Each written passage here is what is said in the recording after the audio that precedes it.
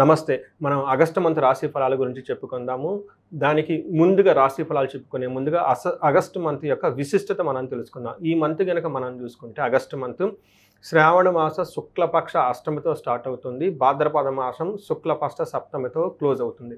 టోటల్‌గా 31 రోజులున్నాయి. ఈ 31 రోజుల ఆగస్టు మంత్‌లో మనం చూసుకుంటే ఎన్నో పండగలు, పర్వదినాలు, విశేషాలతో కూడుకొని ఉంటుందన్నమాట. ఇందులో ముఖ్యంగా మనం జరుపుకోవాల్సిన పండగ, మనందరికీ బాగా నచ్చిన పండగ అది వరమహాలక్ష్మి వ్రతం. ఇది ఆగస్టు 8న ఉంటుంది.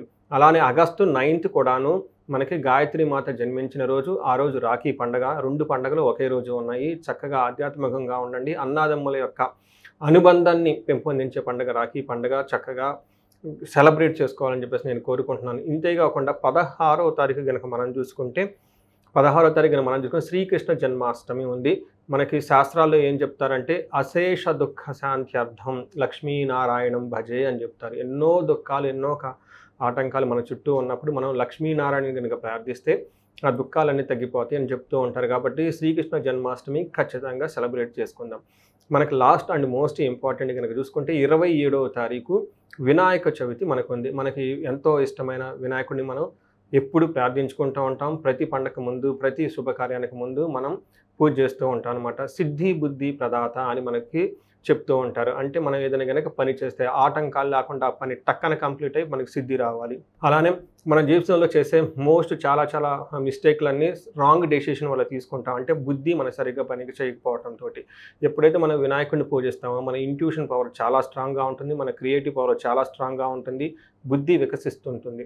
అందుకని సిద్ధి బుద్ధి మనకు కావాలనుకున్నప్పుడు వినాయకుడిని ఖచ్చితంగా ఆ రోజు కూడా సెలబ్రేట్ చేసుకుందాం.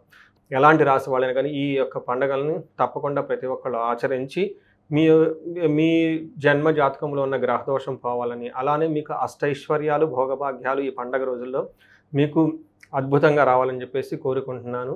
ఆగస్టు మంత్ మకర రాశి వారి కనుక చూసుకుంటే ఈ మంత్లో మకర రాశి వాళ్ళకి ఒక రకంగా చెప్పాలంటే కొంచెం ఆచి తూచి అడుగులు వేయాల్సిన మంత్ అని మీరు గమనించుకోవాలి. ఎందుకంటే మీరు కనుక గమనించుకుంటే వీళ్ళకి ఇప్పటిదాకా ఏలినాటి శనితో ఇబ్బందులు పడి ఉన్నారు. అయితే ఏలినాటి శని ప్రభావం అయిపోయిన తర్వాత కొత్త అవకాశాలు రావటం, కొత్తగా వీళ్ళకి ఏమని చెప్తారంటే మంచి అభినందనలు రావటం, ఒక మంచి పొజిషన్లోకి వెళ్ళటం చాలామందికి చూస్తూ ఉన్నాము. అయితే చాలామంది మకర రాశి వాళ్ళకి ఒక ప్రాబ్లమ్స్ ఫేస్ చేస్తున్నారు. ఏంటంటే ఫైనాన్షియల్ ఇష్యూలు వీళ్ళకి ఇంకా చాలా స్టెబిలైజ్ అయితే అవ్వలేదు. చాలామంది అయ్యారు స్టెబిలైజ్డ్, బట్ ఇంకా కొంతమంది ఫైనాన్షియల్గా నిలదొక్కోవాల్సిన అవసరం, కొత్త అవకాశాలు రావాల్సిన అవసరం అయితే వీళ్ళకి చాలా ఎక్కువగా ఉంది. అయితే ఈ టైంలో కనుక ఆగస్టు మంత్లో కనుక చూస్తే ఆగస్టు మంత్లో ఈ రాశి వాళ్ళు కొంచెం జాగ్రత్తగా ఉండాలి. ఇప్పటిదాకా మీరు వెళ్ళిన ఏమంటారు దూకుడుతనాన్ని కొంచెం ఆపి నిదానంగా స్లో అయ్యి కొంచెం బ్రేక్ తీసుకోవాల్సిన టైం అయితే మీకు మరలా వచ్చేసింది. ఈ మంత్ పర్టికులర్గా ఆగస్టు మంత్ తర్వాత సెప్టెంబరు మిడ్ వరకు కొంచెం జాగ్రత్తగా ఉండటం ఎంతైనా అవసరం. వివరాల్లో కనుక మనం చూసుకుంటే మనకి మకర రాశి కనుక చూసుకుంటే వీళ్ళది ఉత్తరాషాఢ 2, 3, 4 పాదాలు, శ్రవణం 1, 2, 3, 4 పాదాలు, ధనిష్ట 1, 2 పాదాలంతా కూడా మనకి ఈ మకర రాశిలో ఉంటారు. పేరు బలం కనుక మనం చూసుకుంటే వీళ్ళకి చూసుకుంటే బో, జా, జీ, జూ, జే, జో, కా, గా, గి ఈ అక్షరాలు మోరార్లెస్ ఇదే సౌండ్తో ఉన్న వాళ్ళంతా కూడా మనకి మకర రాశి కింద వస్తారని గమనించుకోవాలి. మన గ్రహస్థితి కనుక గమనించుకుంటే ఫస్ట్ శుక్రుడు వీళ్ళు మిథున రాశిలోకి ఎంటర్ అవుతున్నారు ఆగస్టు 26వ తారీఖున. నెక్స్ట్ కర్కాటక రాశిలోకి బుధుడు అయితే 22వ తారీఖున ఎంటర్ అవుతున్నాడు. సూర్యుడు వచ్చేటప్పటికి సింహరాశిలో 17వ తారీఖు ఆగస్టు 17వ తారీఖు ఎంటర్ అవుతున్నారు. తర్వాత మోస్ట్ ఇంపార్టెంట్ వచ్చేటప్పటికి కుజుడు జూలై 28న కన్య రాశిలోకి ఎంటర్ అవుతున్నారు. ఈ యొక్క 4 గ్రహాల యొక్క స్థితిని బట్టి మనం చూసుకుంటే ఆగస్టు మంత్లో ఎలా ఉందో చూద్దాం. మనకి మహర్షులు ఒక కాన్సెప్ట్ ఇచ్చారండి. దాన్ని సూక్ష్మ గోచారం, లఘు గోచారం అంటారు. అంటే వెరీ క్విక్గా హోల్ మంత్ అంతా ఎలా ఉందో మనం తెలుసుకోవచ్చు. దీని ప్రకారం చూసుకుంటే పీడాం దేహరుజం విరోధిం విపత్తిం అని చెప్తూ ఉంటారు. ఇంగ్లీష్లో చూసుకుంటే indisposition, opposition, troubles and affliction అని చెప్తారు. అంటే శారీరకంగా బాధలు, తర్వాత ఏదైనా పని కనుక చేస్తుంటే మిమ్మల్ని అపోజ్ చేసేవాళ్ళు ఎక్కువగా ఉంటారు. అనవసరంగా అన్ఎక్స్పెక్టెడ్గా ట్రబుల్స్ వచ్చే అవకాశం ఎక్కువగా ఉంటుంది. పీడం ఏదో ఒకటి మిమ్మల్ని పీడిస్తూ ఉంటుంది, శారీరకంగా కానీ మానసికంగా కానీ అని మనం చెప్పుకోవచ్చు. దీన్ని ఎఫ్లిక్షన్ అంటారు అనమాట. ఈ విధంగా మనకు హోల్ మంత్ అయితే ఉండబోతూ ఉంది. మనం డీటెయిల్స్ గనక చూసుకుంటే ఒక గ్రహం ప్రతి గ్రహం వైజ్ ఎలా పాజిటివ్‌గా, ప్రతికూలంగా, అనుకూలంగా ఉందో మనం చూడొచ్చు. మన 8థ్ హౌస్‌లో సూర్యుడు ఉండటంతో ఇది మంచి పొజిషన్ కాదు అని మరి చెప్తూ ఉంటారు. 8థ్ హౌస్‌లో ఉండి సెకండ్ హౌస్‌లో చూడటంతోటి ఇది కూడాను ఒక మంచి పొజిషన్ కాదని మనకు చెప్తారు. ఈ పొజిషన్‌లో ఏమవుతుంది గనక మనం చూసుకుంటే సూర్యుడు 8థ్ హౌస్‌లో ఉంటే మనకి మహర్షులు సంస్కృతంలో ఏం చెప్తారంటే దుర్దోష శత్రు సంవాదో గమనాగమన వ్యధ దుఃఖవార్తా శ్రుతం చైవ అష్టమస్తే యథా రవిః అని మనకి మహర్షులు సంస్కృతంలో చెప్తారు. దీని ప్రకారం గనక చూసుకుంటే దుర్దోష అంటే మీరు చెడ్డ పనులు చేయాలని ఒక ఆలోచన మీకు వచ్చేస్తూ ఉంటాయి. శత్రు సంవాదం మీరు వెళ్ళి శత్రువులతో గొడవ పడే అవకాశం ఎక్కువగా ఉంటుంది. గమన వ్యధ మీరు ట్రావెల్ చేసినా, ప్రయాణాలు చేసినా అందులో ఉపయోగం ఎలాంటి ఉపయోగం ఉండదు. ట్రబుల్స్ ఎక్కువగా అంటే ఏదో ఒకటి బాధపడుతూ ఉంటే అవకాశం ఎక్కువగా ఉంటుంది. దుఃఖ వార్త శ్రుతం చేవ ఇందులో మీరు ఏదైనా ఒక బ్యాడ్ న్యూస్ కూడా అయిన అవకాశం ఎక్కువగా ఉంటుంది. కొంచెం కేర్ఫుల్‌గా ఉండాలి. అంతేకాకుండా రెండో ఇంట్లో సూర్యుడు ఉండటం వల్ల లాస్ ఆఫ్ మనీ ధనాన్ని కోల్పోయే అవకాశం ఎక్కువగా ఉంటుంది. కోపంగా మాట్లాడే అవకాశం కూడా ఎక్కువగా ఉంటుంది. అంటే ఒక రకంగా గనక చూస్తే 8థ్ హౌస్‌లో సూర్యుడు అంత మీకు అనుకూలంగా ఉండరు. కొంచెం జాగ్రత్తగా ఉండాలి. పర్టిక్యులర్‌గా ఆగస్టు 17th నుంచి ఆగస్టు 27th వరకు చాలా జాగ్రత్తగా ఉండటం ఎంతైనా అవసరమని మీరు గమనించుకోవాలి. 9వ ఇంట్లో గనక చూసుకుంటే కుజుడు ఉన్నాడండి. కుజుడు 9వ ఇంట్లో ఉండి 12వ స్థానాన్ని, 4వ స్థానాన్ని చూడటంతో కుజుడు ఉన్న పొజిషన్ అంత మంచిది కాదు అని మనం చెప్పుకోవాలి. అయితే ఈ ఈ ఈ ఇతని యొక్క ప్రభావం, ఈ కుజుని యొక్క ప్రభావం అంత సీరియస్‌గా అయితే ఉండదు. కానీ నెగెటివ్‌గా ఉంటుందని కొంచెం జాగ్రత్తగా ఉండటం ఎంతైనా ఇంపార్టెంట్. మనం గనక చూసుకుంటే కుజుడు 9వ ఇంట్లో ఉంటే అశనాచ ధనశూన్యం శోషణం దేహపీడనం స్థాననాశ విరోధం చ నవమస్త ధారాసుతే అని మనకి యాన్షియంట్ స్క్రిప్చర్స్‌లో చెప్తూ ఉంటారండి. మనకు మహర్షులు చెప్తూ ఉంటారు. ఈ ప్రకారం గనక చూసుకుంటే అశనాచ ధనశూన్యం. అశనాచ అంటే అన్నానికి కూడా ఇబ్బంది పడే కటకటలాడే అవకాశం ఎక్కువగా ఉంటుంది. శరీరం ఎండిపోయినట్లు ఉంటుంది.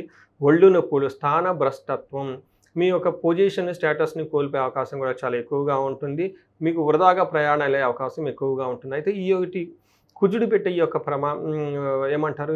కుజుడు పెట్టే ఈ యొక్క బాధలు గనక చూసుకుంటే అంత తీవ్ర స్థాయిలో ఉండవు. బట్ ఎందుకైనా గనక మీరు కొంచెం జాగ్రత్తగా ఉండటం ఎంతైనా ముఖ్యము. దీనితో పాటు ఓవర్ ఎక్స్‌పెండిచర్ విపరీతంగా ఖర్చులు పెట్టే అవకాశం ఎక్కువగా ఉంటుంది. తర్వాత మీకు కడుపులో నొప్పి, తర్వాత శత్రువుల బాధ కూడా మీకు చాలా ఎక్కువగా ఉంటుందని గమనించుకోవాలి.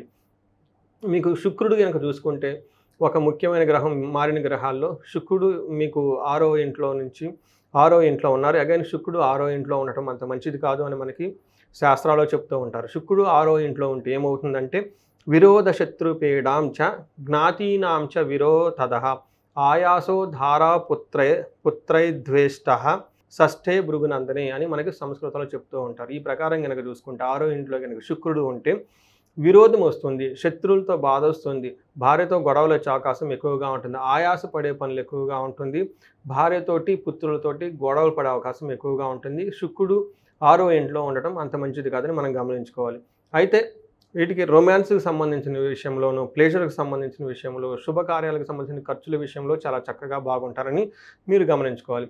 సో ఈ ప్రకారం గనక చూసుకుంటే మకర రాశి వాళ్ళకి గురువుతో పాటు ఇప్పుడు కొత్తగా మారిన గ్రహాలు కొంత అనుకూలంగా లేవు కాబట్టి కొంచెం జాగ్రత్తగా ఉండటం ఎంతైనా అవసరం. చాలా కేర్‌ఫుల్‌గా ఉండటం ఎంతైనా అవసరం గమనించుకోవాలి.